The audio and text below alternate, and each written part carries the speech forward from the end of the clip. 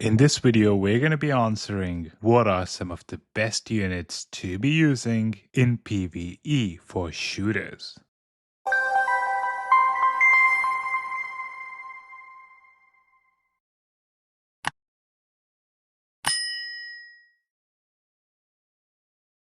Make sure to subscribe to our channel, join our Discord, and also follow us on Instagram so you always have the support that you need to really enhance your account and get yourself to the next level. Also, if you stick around until the end of the video, I'm going to show you how you can save a lot of money when you make in-game purchases by getting some amazing cashbacks each time you purchase anything. Hello everyone and welcome to another video of the Sky channel. In this video, we're going to be talking about some PvE tier lists, and a lot of you are probably expecting this video because I have been collecting data for a very long time in order to make a few lists for you so that you can test which ones work best for you. Now, I did notice there were a lot of different tier lists out there. Some of them didn't really make a lot of sense to me, and that's one of the reasons why I decided that I'm going to start collecting data and create one myself. But despite that, I do still think that you should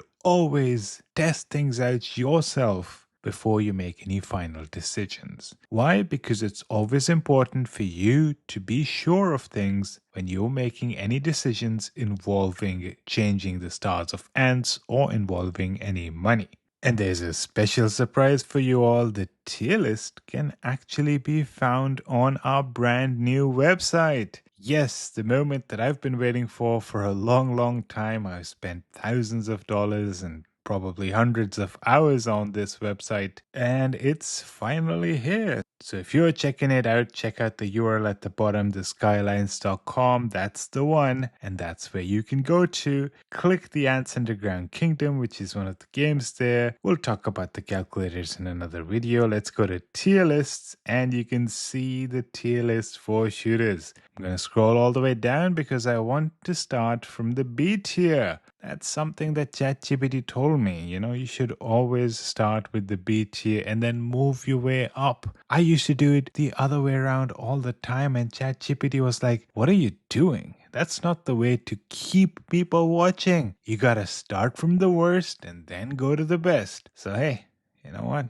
I'm gonna follow ChatGPT's advice, try to keep you guys locked in for a little longer. But it's still a good practice. So B tier, this is something that I used to use before. And honestly, the reason I did create a B tier is because, well, you might not have some of the ants that you're gonna need to create the A tier or the S or S plus, right? It's not something you should be using. It's one that you can use if you don't have any of the other better options. So it's using Nimble Tree Ant, Wise Berserker, and Sly Silver Ant. Essentially, the idea is that in this unit, you don't have Azure Crazy, you don't have any of the other bigger hitters. You have a very powerful Wise Berserker, probably 8-star Golden Awakening, and for that, you want to maximize the damage from that Wise Berserker and from your Sly Silver Ant. And how do you maximize the damage of your Wise Berserker? Well, you need an ant that allows Wise Berserker to hit more often. Obviously, the assumption is you don't have a Sly Hunter. Otherwise, there would be a different unit that is going to be seen soon, right? So you use Nimble Tree Ant. It gives the opportunity for Wise Berserker to hit more often, do more damage, and hence you have this lineup that's not terrible. It does get through if you're missing a bunch of good ants. Well,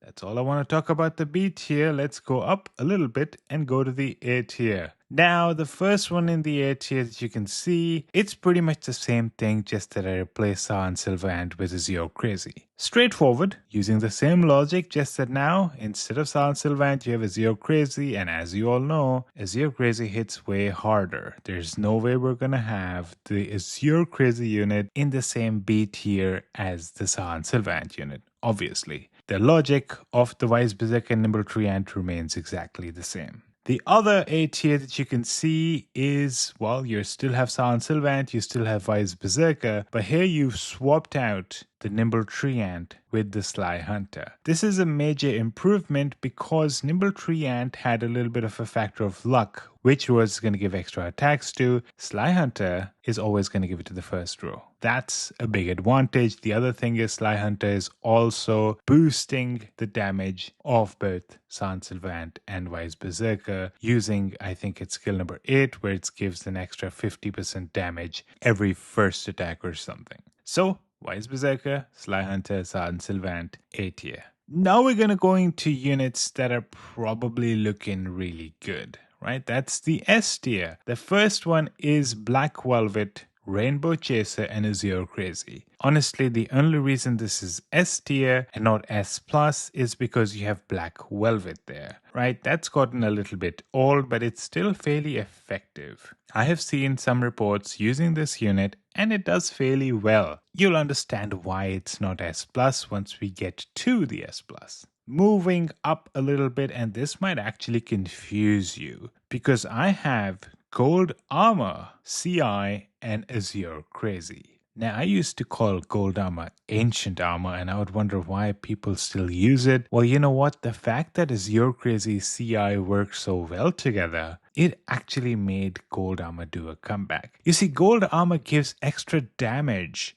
to all the other ants when you're talking Groundhog and Pangolin. Now, when you have something like Azure Crazy and CI, especially by the way, because you're crazy with second skill locked, the damage potential is so high that you are probably not going to have a third damage dealer that does as much, right? I mean, assuming you're a free-to-play player at this point, what are you going to use? Sahn Silver Ant? Well, instead of using Sahn Silver Ant, you can actually use Gold Armor, and it gives a 20% extra damage boost to both CI and Azure Crazy. Now, that 20% is huge because CI and Azure Crazy are doing so much damage. So, Gold Armor, CI, and Azure Crazy actually do pretty well. So, if you have this unit, you want to give it a try, give it a try. I think it's going to surprise you. It's actually not that bad. Moving up, Wise Berserker, Sly Hunter, Azure Crazy. It's pretty much similar to the one that we talked about earlier, Wise Berserker, Sly Hunter, Sahn Silver Ant, just that now we have Azure Crazy. And as you know, Azure Crazy hits way harder than Sahn Silver Ant, and hence the fact this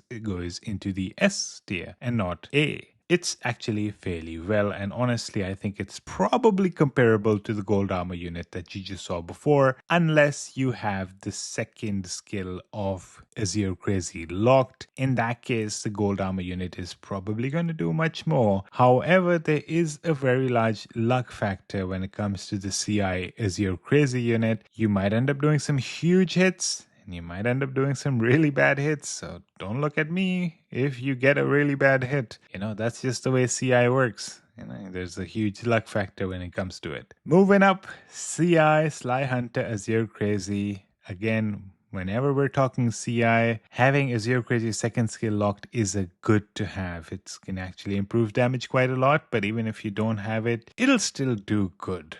Right? Just that now you are limiting the potential a little bit. If you have the second skill locked, you are unleashing the full potential. So similar logic, right? Sly Hunter, it actually gives a 50% extra damage every first hit. That can actually make CI and Azure Crazy do a little bit more. CI doesn't benefit the same way Wise Berserker benefits from extra normal attacks, so it's not benefiting from that particular element, right? It's not hitting more special skills because of the Sly Hunter, but at the end of the day, you do end up doing a reasonable amount of damage. The final one that goes into the S category is Emerald Jewel Ant, Rainbow Chaser, Azure Crazy. This is S because you just have 3 pretty nice heavy hitters together. They end up doing a lot of damage, and that's why they're in the S tier. There are better units out there, which you're going to be talking about as we go to S+, but this one is actually pretty good as well. Honestly, Rainbow Chaser hits really hard, and it hits consecutively. Azure Crazy hits really hard, and it sometimes can hit so hard that Rainbow Chaser could probably never reach those numbers, right? So Azure Crazy has a little bit more of a luck factor in it. Rainbow Chaser is more like a consistent damage dealer, but the fact that Azure Crazy can actually do those huge lucky hits,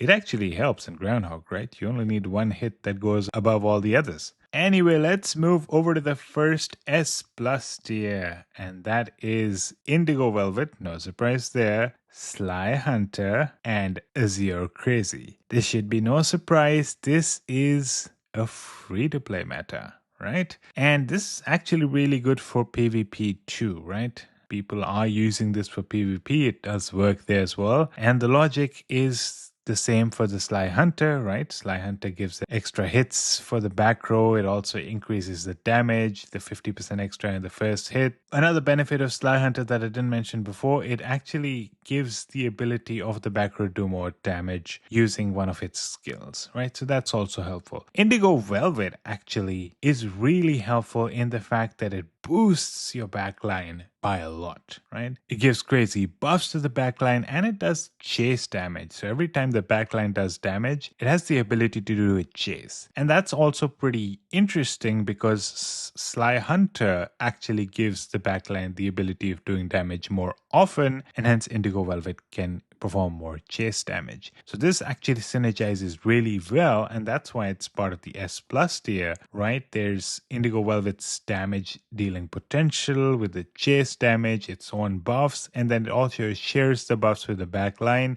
giving Azure Crazy the ability of doing much more damage. And then Sly Hunter fits in perfectly well by giving the backline more damage dealing potential and more damage times, which again can impact the chase damage, right? So it works really, really well. Now, whenever somebody's considering Indigo Velvet, don't look at Indigo Velvet's damage by itself, right? It is boosting the back row as well. So whenever you're talking about Indigo Velvet, do look at the back row as well. Its job is not only to do damage itself, it's helping the back row too. Next, S Plus, another free-to-play meta. Again, we're expecting that you might have Azure Crazy's skill 2 locked for this because you're using CI and you want to benefit up to the max for it. Well, Indigo Velvet, CI, Azure Crazy. We already know why CI and Azure Crazy work well together. And then there is the Indigo Velvet, which increases the damage of Azure Crazy and does a bunch of chase damage. Now, here it's a little tricky because if you do have the second skill unlocked, you can do damage more times and hence Indigo Velvet benefits from it. It's hard to say which one is better, right? Do you keep it locked to get CI do more damage, or do you unlock it so that Indigo Velvet can do more damage? Either way, this is a very effective unit and it does seem to be doing quite well. The final S plus tier, and as you can imagine, that is the pay to win meta, Indigo Velvet, Rainbow Chaser, Azure Crazy. This has consistently shown huge damage potential, and a lot of paid users have found this to be the one that does the most amount of damage in this particular order, by the way. The order matters too. You want Azure Crazy to be at the back line because it can do those huge hits, can do them more often. It benefits more from Indigo Velvet's buff sharing. So this particular unit has shown to be one of the most effective PvE units out there. So if you do have these three ants, these are probably the ones you want to use for your pangolin and groundhog. Well, that's all for this video. I hope you do some testing as well and share with us in the comments below what your test results showed. Perhaps share some more units, or if you've tested one of these units and you think it does well or doesn't do well, let us know in the comment section below. Let's get an interactive session going there.